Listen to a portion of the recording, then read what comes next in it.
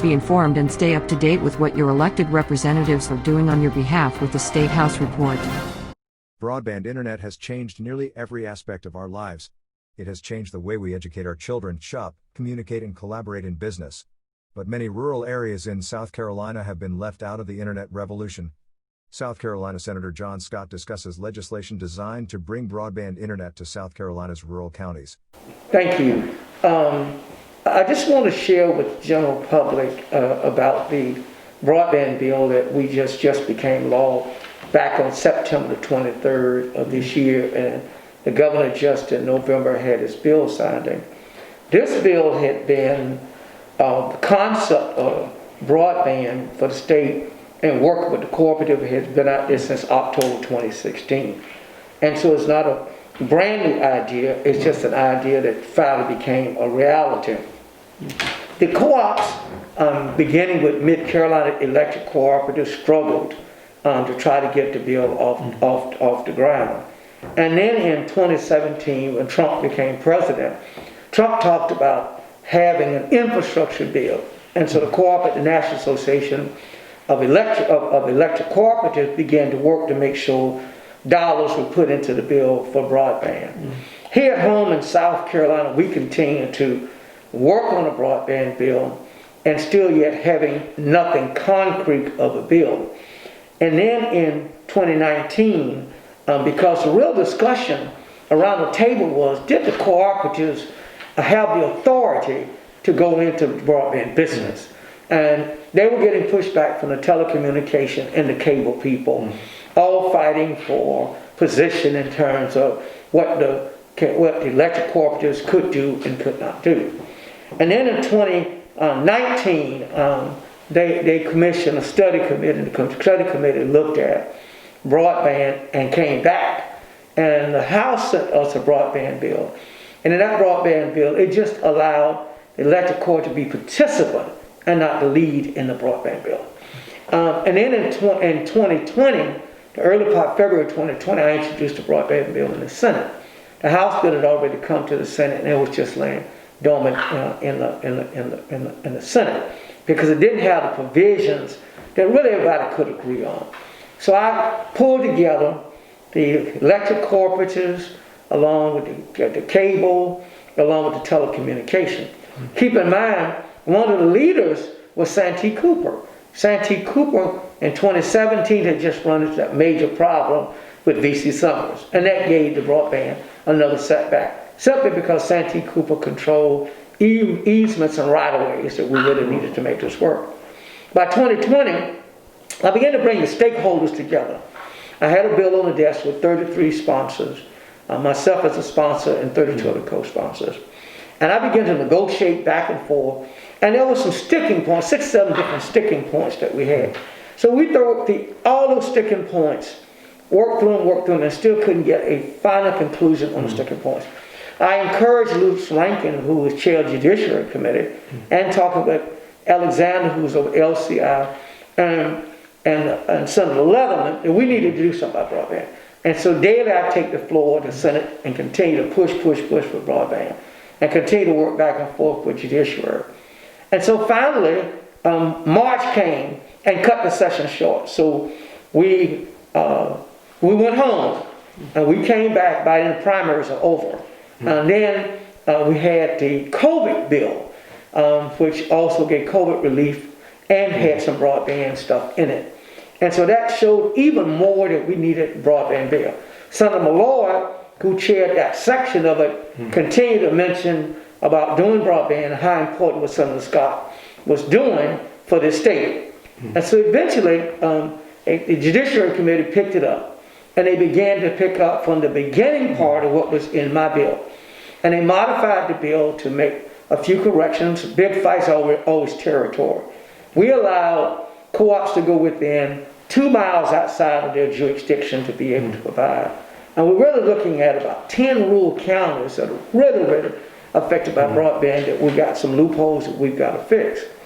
I went to Phoenix that December, and there was a broadband conference this December 2019. In that conference, I became so excited about what we could do, what other states were doing, and why we were not in the real picture of doing broadband. And so I was called to Senator Leatherman's office right before the session ended, somewhere around September, the latter part of September before we left. And the three stakeholders were there along with Luke Rankin, Senator Alexander, and Senator Leatherman and myself. And we continued to work with those stakeholders to iron out what we needed to do. And so since we already, it was too late to send a Senate bill back across the hall, we gutted my bill, amended that bill, put it in the House bill, and sent it back across the hall and became law. Now that we have the basic structure and who the players are going to be, which Santee Cooper is a player in the broadband bill, the real question now is structure. How will it function? Will it remain in office of regulation where it is now? Will it be a board?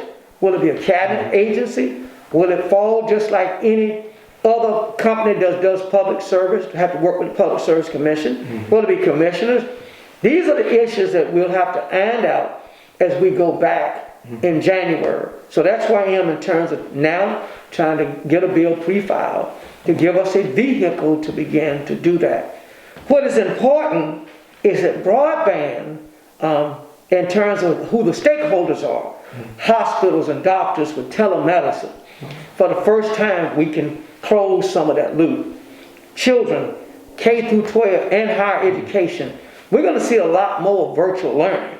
That's a new norm now. And so we may as well get used to that.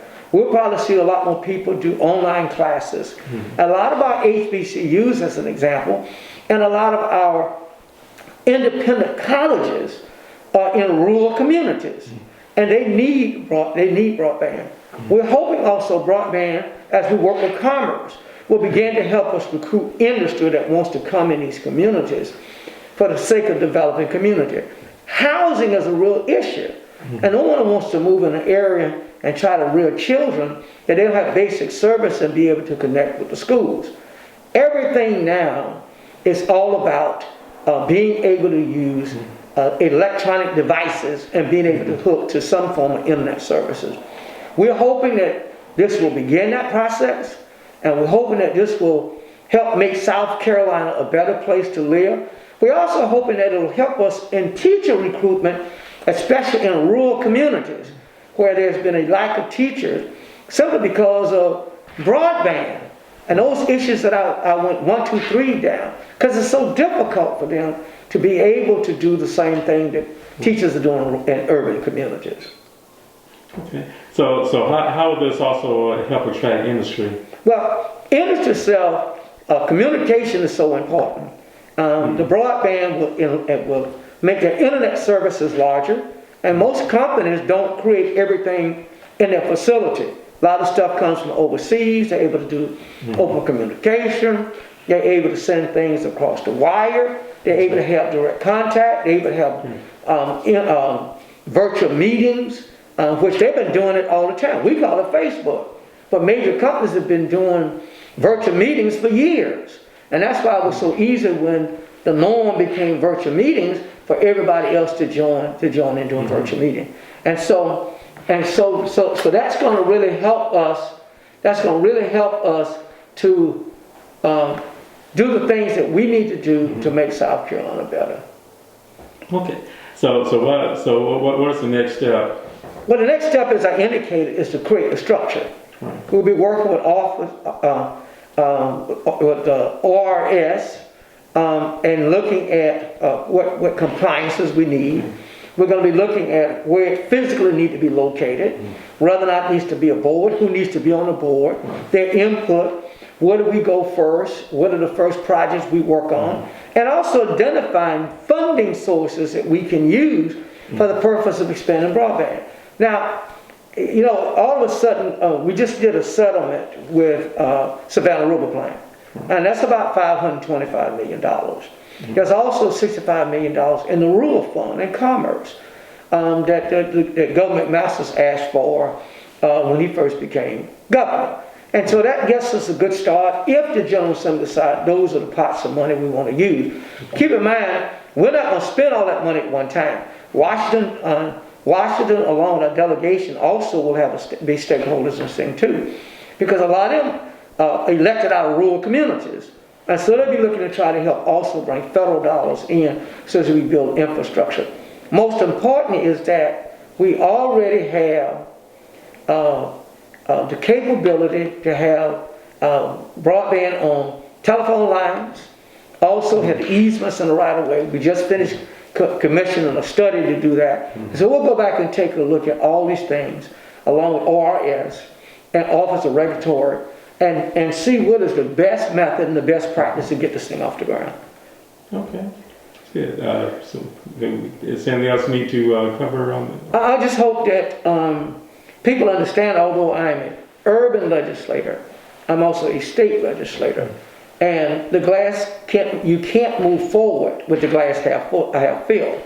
If the urban is doing well and the rural is doing bad, you're still failing in your state. And when I took a look at also after 2018, how well we were doing in terms of population. About 18 to 20 of our counties either did not grow or they lost population. Although the state grew from 4.68 million to 5.2 million people. And so you cannot continue to grow the state just in large counties. You have to grow the state even. And this is just a vehicle to help us to be able to do that.